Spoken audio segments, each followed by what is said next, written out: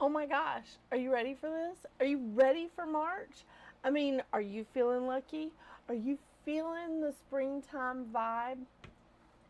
Yeah, me neither. Seriously. I mean, I don't know what's going on. It's just not in it yet. Maybe once I actually get to March, I'll feel it. All right, so March. Okay, here we go. So on the 1st, we're starting off March 1st with a square. The moon is square, not just Venus, but Venus and Mars. Ooh, that's fun, isn't it? Yeah. So then we're moving into the 9th of March, where Mercury moves into Aries. This is a good thing because honestly, Mercury doesn't like being in Pisces, so this has been a tough pill to take for a lot of us that are ruled by Mercury, but for all of us that are trying to communicate. I mean, really. So then on the 10th, we have the new moon in Pisces that hits its peak at 5 a.m. It is also daylight savings time for those areas of the U.S. that like still do daylight savings time. I know it's kind of getting old, isn't it? Yeah. Then on the 11th, we have Venus moving into Pisces. Yeah. The 17th is St. Patrick's Day. Woohoo! Yeah, get out your shamrocks and green beer. I know, so much fun. On the 19th, we have the sun moving into Aries. We also have the spring equinox and the International Astrology Day. Shut up. Very exciting. On the 22nd, we have Mars moving into Pisces, not far behind Venus. Then we have a lunar eclipse. I'm sorry, I'm trying to do this without my glasses. We have a lunar eclipse in Libra on the 25th. Full moon in Libra that hits its peak at 3 a.m. Lunar eclipse in Libra. This is a big deal. We still have that Aries and Libra are on the ecliptic because Aries is hosting the North Node. That means Libra is hosting the South Node. Then, of course, we have Easter for those of you that are celebrating Easter on the 31st.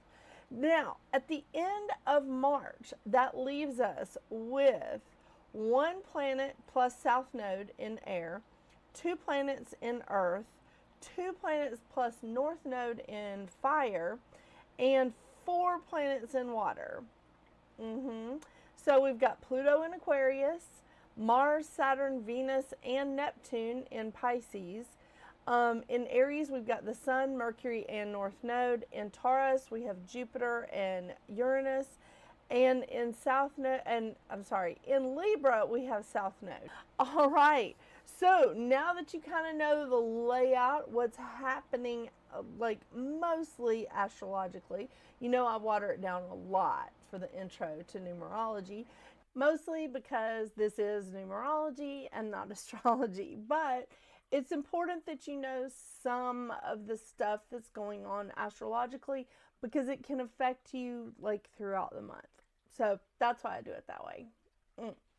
All right, here's a couple of suggestions that I had from some people. Well, it's not a couple, it's a suggestion. Was to introduce the cards first thing so that I don't have to do it on every video. It's a good suggestion, viable. I'm in. So, the first card deck that I'll be reading from is the Goddess Guidance Oracle cards, the usual suspects, and the Healing Oracle Crystal Reading cards, if I can get it in focus. What? And because we have an eclipse in March, I am also going to be reading from Moonology, the Oracle cards. I love these cards. They're so incredible. They're awesome. So I throw them in there from time to time. Just, like bringing in a little of Yasmin Boland. I love that. I love those cards. So I think this is going to be a great month. I really do. I always feel like March is the first real, like, energy that we feel in the new year because always January and February are the same month numbers that we have in our life path from November and December. So January is the same number month that we've had in November of the previous year, and December carries over into February. So I know that it's still different because we're in a different vibration, a whole different energy of a new year, but I still feel that carryover from the year before. And I feel like March is the first real like breath of air, the first real feeling that we're going to get from this 44-8 year. It's just an opinion. It's not like gospel or anything. So it's just an opinion. And, take it as you will. But I think that this is really going to be a great month. I do. My cat is messing with my blackout shade again. So if the lighting changes throughout the day as I'm doing these readings, my apologies. I'm not trying to mess with you. I'm not like doing something weird with the light. My cats are not in love with the blackout shade, and I don't know why. It's been there for a long time. But they just seem to want to look out of the windows that have the blackout shades on them instead of the windows that don't have the blackout shades. I don't really get that. I don't know what's going on. So anyway, I hope you guys have a wonderful, wonderful month. It's going to be a great one. I'm like getting more into it as I am talking. So spring is on its way. Right? We'll stick around. Let's see what's in store for your individual life path number, and we'll see you soon.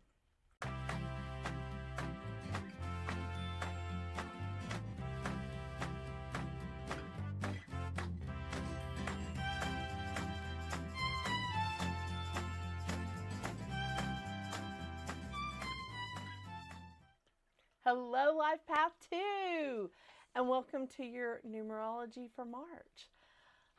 Oh my gosh, so many good things are happening for you this month, really, because March is a 4-month for you, Life Path 2. It is 4, not 22. I tried to add it up, but it is a 4-month for you, and I feel like this is it's a fantastic time for anyone.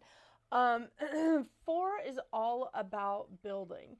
It's all about building, whether you're building a relationship or a family or a business or a home or whatever this is that you're building. It is about getting a solid foundation. It is about organizing and putting everything in order before you move on to a 5. Because the 5-month is all about change. The 4-month is all about the construction. It's all about being industrious and grounded. This is just a wonderful time for this kind of energy. This is it truly is a fantastic time, but it is a time of hard work. This is a time of manifesting, and manifesting is work. Manifesting is not, and I know you've heard me say this, it's not sitting on your couch watching, I don't know, Dallas, Knots Landing. Okay, I'm old. But, watching TV and drinking a beer. That's not where you get your manifesting from. Manifesting is work. It's getting out there. It's making it happen. It's just saying, that's the goal I have. That's what I want. I'm going to make it happen. And I'm going to do as much as I can so that Spirit can do as much as they can to help me. So just keep that in mind. So the mantra of the 4 is, I am a builder, confident and steadfast, seeking order and accomplishment. Seeking order and accomplishment. This is a wonderful month to get yourself in order, to get yourself organized, to remove clutter, both spiritual and physical, and really work on building a solid foundation for your dreams and goals. This is a wonderful time for it, truly. The shadow side of a 4 goes pretty much along with it. Overwork can cause a lot of stress. What a shocker, right? I mean, how many non-stressed cats? How many non-stressed overachievers have you met? Not many. Most of them, workaholics, overachievers, are very stressed, aren't they? Aren't they, Mouse? Yes, they are.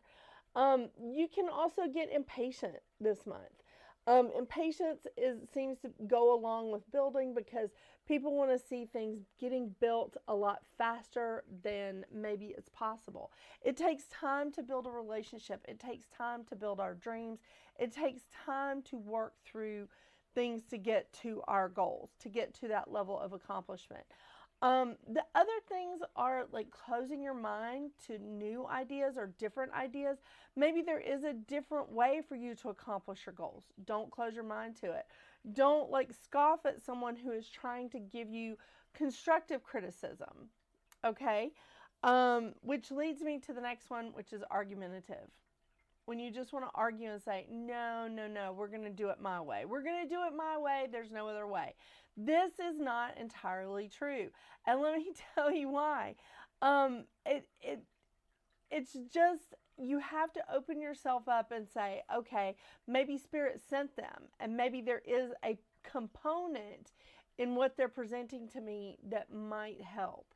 So I argue with my spirit guides all the time and it gets me nowhere. I'll just let you know that. This can lead you to lacking imagination and being too serious. Have fun with this, Life Path 2. Have fun with this because you're all about balance. You're all about harmony. You're all about the partnerships anyway, but you have such a wonderful component of love about you. So bring that into your 4 month. The lesson of the 4 is taking one step after another with patience and open-mindedness to get to your goals, to build that solid foundation. This is wonderful. It truly is. I think this is awesome. Just remember, you operate with an open heart here, Life Path 2, and you need to carry that through in a 4 month. You are all about making soul connections. You understand the law of attraction. Okay, this makes so much sense. You understand the law of attraction, and 4 is all about the manifesting. And those are 2 different ways of aligning yourself with the energy of what you want. And this month, you could really bring it in because you understand the law of attraction. You understand how to attract in that energy and align yourself with that vibration. And 4 understands how to work in a vibration of saying, I'm building this, so Spirit comes in and does their job too. This is going to be great. It really is. I think this is just awesome. I think this is incredible. And I'm going to try to shuffle these cards with Mouse here. Let's see what we got for you. Are you being helpful? Yeah? You're just going to wag your tail like right there to be that kind of helpful? Here, I tell you what. I'll move some of these and I'll try to spread the cards out right here. Okay, so you guys know I don't read from that many books in the card decks. And I may have said this in the intro that these are 2 of the decks that I read the books from are here. I mean, but they have so much information, I can't let it go. I have to make sure that I like read from these books.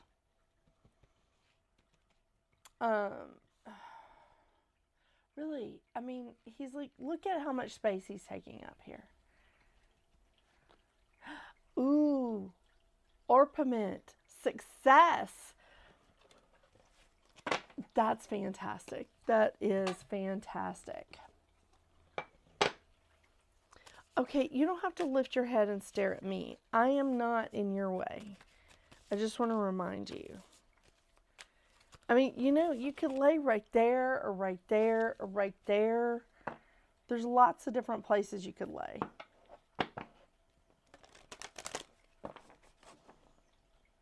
Or you could just slide up the desk and let me lay the cards out where you are. I don't think he cares. I don't think he cares, Life Path 2.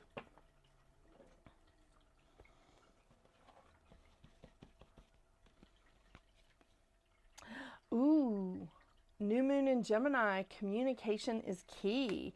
Well, if that's the case, then you definitely need to pay attention to what Mercury is doing, because you know Mercury is coming out of Pisces, where he doesn't like to be, and moving into Aries, where he's happier. Yeah.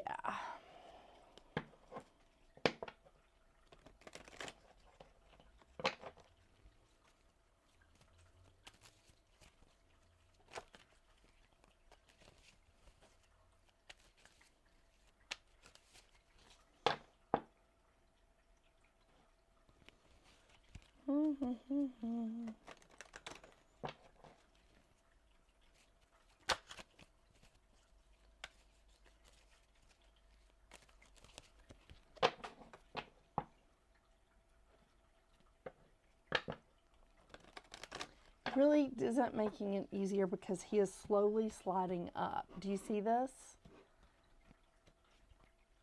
Ooh, Maeve, cycles and rhythms. That is awesome. Okay, glasses. I'm going to spread your cards out so that you can see them.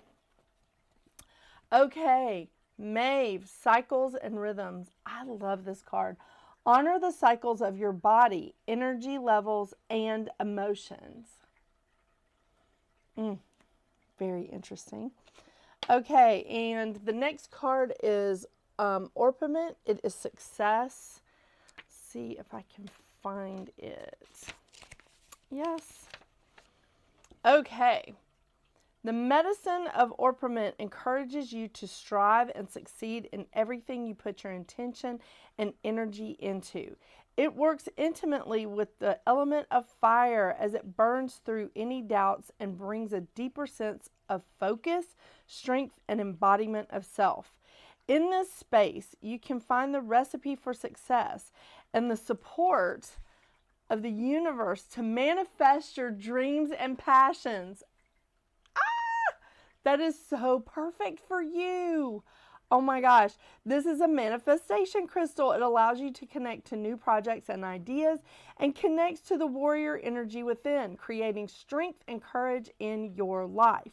It aligns to success in your life and assists in holding and staying focused on clear, positive intentions. It supports strength and commitment to the self. Holy crap. This is absolutely a perfect card for you this month. Because again, you're all about law of attraction, and the 4 is all about manifesting. Okay, new moon in Gemini.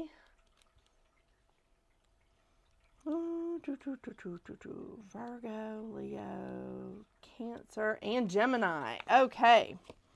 New moon in Gemini, communication is key. A successful relationship usually comes down to one thing, communication.